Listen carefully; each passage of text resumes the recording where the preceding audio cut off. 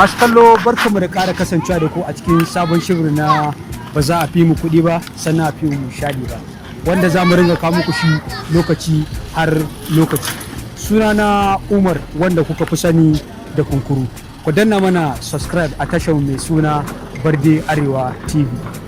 Mun gode.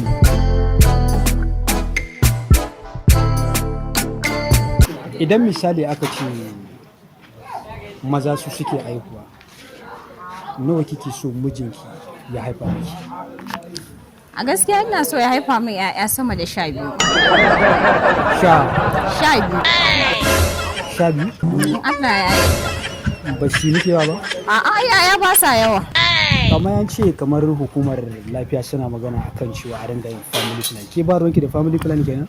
Wannan tsari ne na bature. Tsari ne na bature wannan. Ke ba ke da wannan al'adar mu kenan? Ban yarda da shi ba. To, kallon masu kallon mu, ki sallama da su sannan kuma ki gaya mana akan su yi mana subscribe a tashar mai suna Barde TV Arewa. Ina kallon masu saurare na.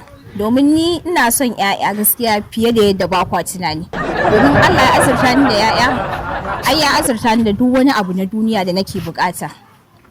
Yawwa, wancan kuma magana ai tsari ne ta bature, saboda haka mu watsar da maganar su, wannan ba wani hujja bane ba. To shikenan. Su danna mana subscribe a tashar mai suna Barde Arewa TV. Na gode. Allah ya saka da alkhairi. Allah ya bani zuri'a fiye da 12 ma. Ni wannan shine To shikenan, amma ki ga su danna mana karrawa a tashar mai suna Barde TV Arewa. Ku danna mana subscribing a kan tashar mai suna Barde TV Arewa. Mun gode.